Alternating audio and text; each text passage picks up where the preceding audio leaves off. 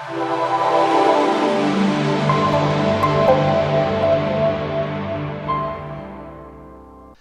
Dr. Frank Banfield here. Another Super Bowl and another appearance by head coach of the New England Patriots, Bill Belichick. Well, there are some incredible leadership lessons that we can learn from Bill Belichick before he became head coach of the New England Patriots. And I often ask people this question because I think it teaches some great leadership lessons. So I'll ask people, do you know where Bill Belichick was before he became the head coach of the New England Patriots? Where was he head coach at before? And a lot of people scratch their heads. They don't even remember because Belichick has established this incredible dynasty in New England, winning championship after championship after championship. But before he was head coach in New England, he was head coach in Cleveland. He was head coach of the Browns for 5 years, and he had a losing record. A losing record. So I know Browns fans have always asked themselves, how come he didn't do for us what he's been doing for New England? Why are they winning and why couldn't we win? Well, let me tell you why. And the answers to that question also helps all of us in leadership. It helps all of us understand a little bit better some insights into leadership and how to be effective. So here's the first insight. The environment or the culture, the place where that leader is placed impacts his or her effectiveness. So in other words, a leader could thrive in one place, in one context, in one setting. They could do very well there. You move them to a different setting and they may really struggle. The opposite of that is true as well. You can have somebody who is maybe a lackluster leader, doesn't really bring it all together in one place, but they go someplace else and they just knock it out of the park. Bill Belichick's the perfect example of that. So there are people who can thrive better when they get in different environments because the environment, the context, has an impact. When you lead, you do not lead in a vacuum. You lead within an environment. And you need an environment that is conducive to you, to your leadership style, to your approach.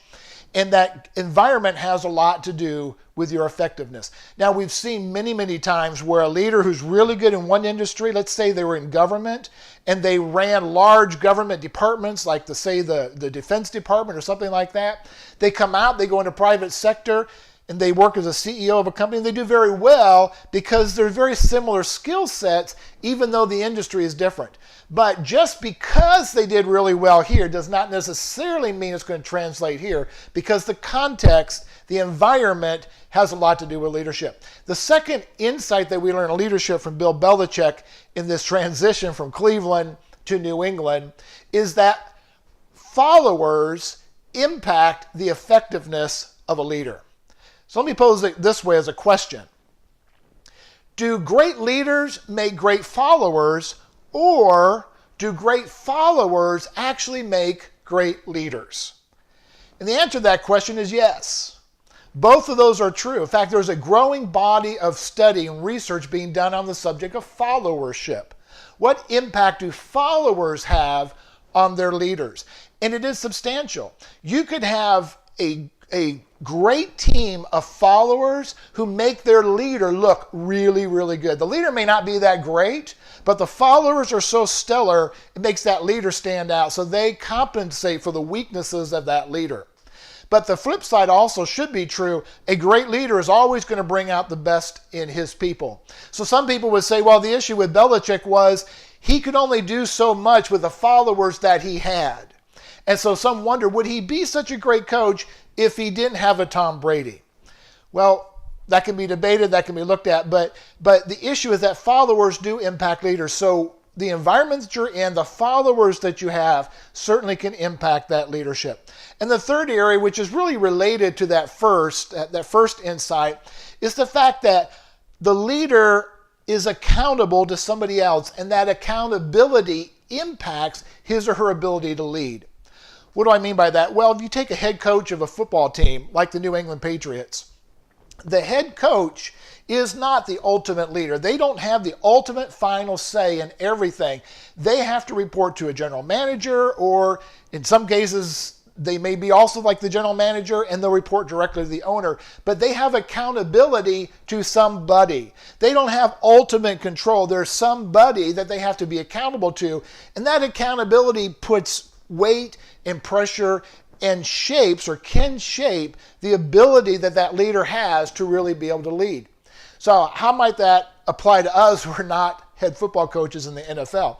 Well, even if you own your own business and you are your own boss, quote, quote, you really aren't your own boss, because you are accountable to your vendors, you're accountable to your clients, you're accountable to your peers. There are other factors around you that have an influence on you and can restrict you or can release you to be and do what you can be, and affects your leadership. So we need to understand that. As leaders, we don't operate in a vacuum. Our context, the environment that we're in impacts us. Our followers impact us. And then that accountability, who we have to answer to. All of those factors play a role in our ability to be effective as leaders. Hey, I hope these insights are helpful to you. And so next time when you look at leaders, whether it's in professional football or wherever else, just remember there's a lot more going on than just what they're doing. You have to look at everything around them to really understand what's helping them be effective or ineffective. I'm Dr. Frank Banfield. Have a great day.